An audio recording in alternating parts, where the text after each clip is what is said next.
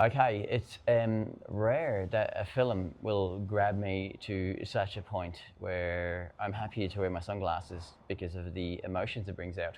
So I lived through that World Cup 2002 experience, Ronan, and learnt it through films, right? I've always been 50-50 on what occurred, right? But we had the best midfielder in the world, the absolute world. We had the best midfielder in the world.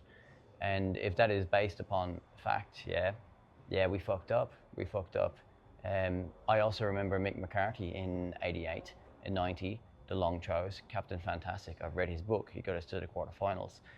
Um, but Roy Keane lifted our standards, and he wanted the best for our country and our football team. And I've been to Cork, so I understand the passion from the people of Cork. And after watching that film, I did not think that would impact me the way it did.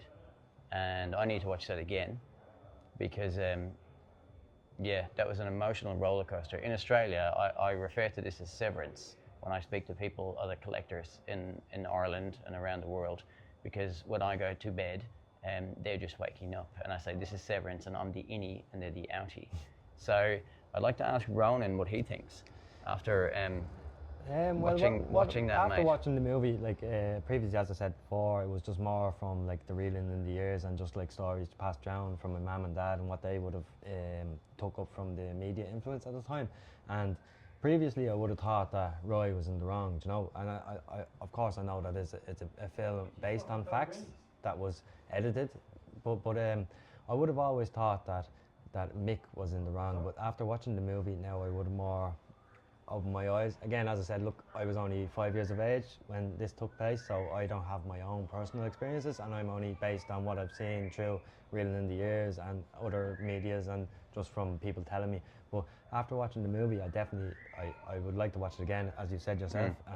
But after watching the movie, I definitely think that I would sympathise a lot more with Roy than I would have previously with Mick. And like as you were saying before, I wouldn't have had the whole Italia 90 and the Euro 88 of like seeing Mick on the pitch, and obviously that would have influenced my decision making on the whole situation. But definitely after watching the movie, I would sympathise more with Roy. And for those who don't know, who are not Irish, there was a scrap in a tournament in America where Keno got on the bus, and Was that 94? Was it? yeah, Niall Quinn was. I think it was Mick, and he was saying, first trip disgrace, and Keno just said, you know, as a Cork man does, first touch disgrace.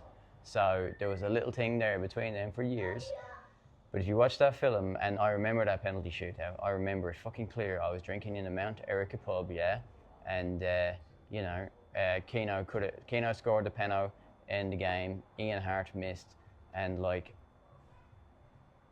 it was such an easy run.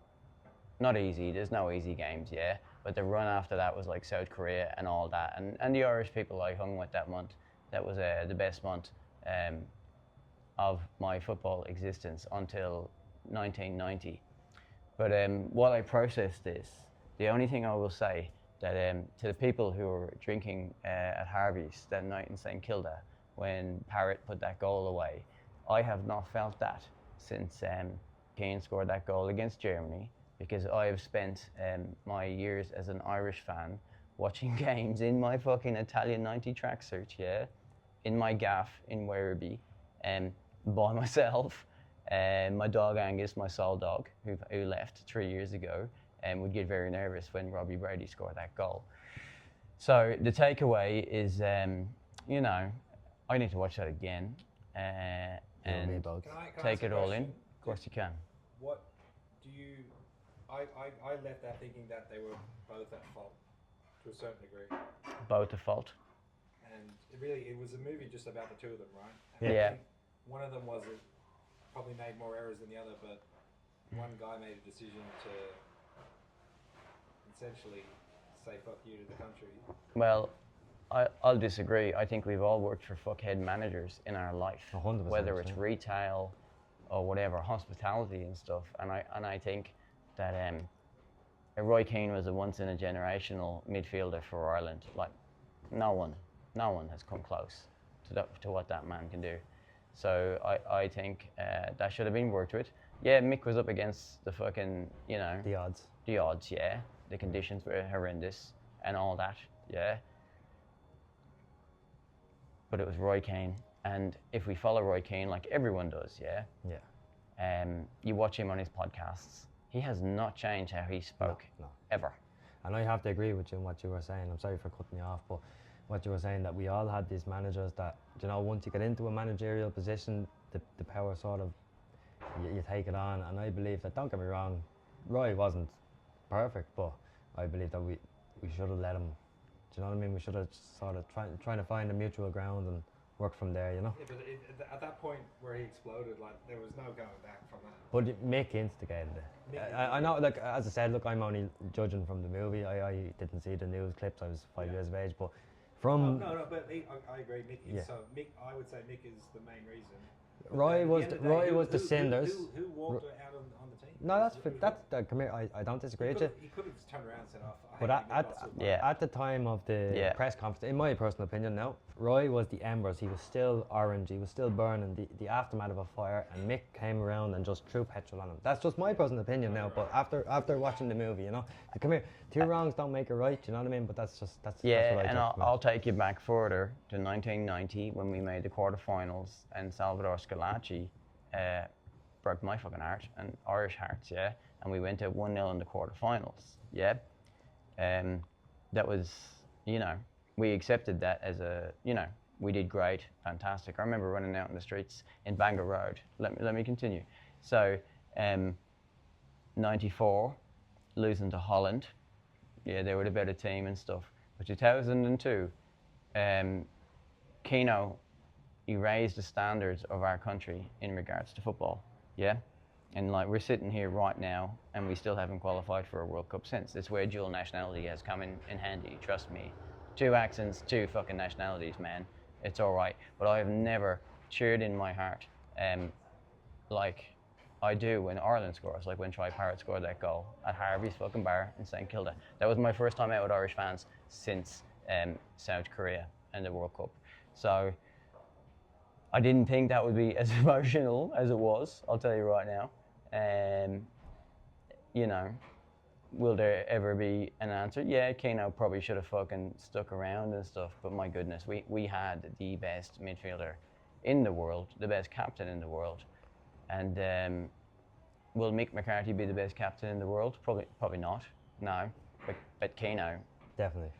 time has shown that, you know, every player speaks. And I know his attitude was like, it might have been a bit stern at the time, but it's what we needed. Yeah, but you he's know? from fucking Cork, mate. This is how they are. Yeah, Like, you know, a man of that talent, you know, like he was told he was too small to play, and he made it, man. He went to England and he fucking done what did everyone it. said he wouldn't. And you know, when Ferguson like was done with him, you know, his attitude didn't change. It was like, okay, we're done, you know, and he moved on. Yeah. So that's just the mentality of a fucking winner. a warrior from Cork. Yeah.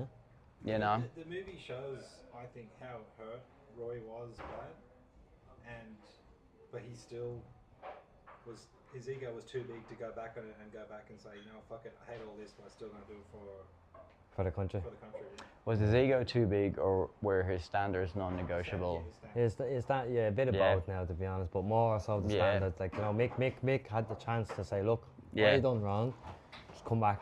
But Yeah. he didn't. Like, Yeah. that's what I take from it anyway, you know. So, Well, Roy said no at the end, didn't he? In fact, he called him and said, But he didn't so much give him the opportunity. He like Yeah. half fed it to him. Do you know what I mean? He wanted Roy to what do to you snap back expect with it. of a man with those values to ask a question And like he that? knew Roy's his attitude, and he knew that Roy Yeah. was stern and is going about things, like, you know. Now, generally on my page, I try to keep this stuff light and stuff. So I'm going to tell you something else why he probably didn't fucking, you know, want to hang record out. this, or- I'll tell you right now why. Another reason why fucking Roy probably fucked off, mate, is the tracksuits were shit.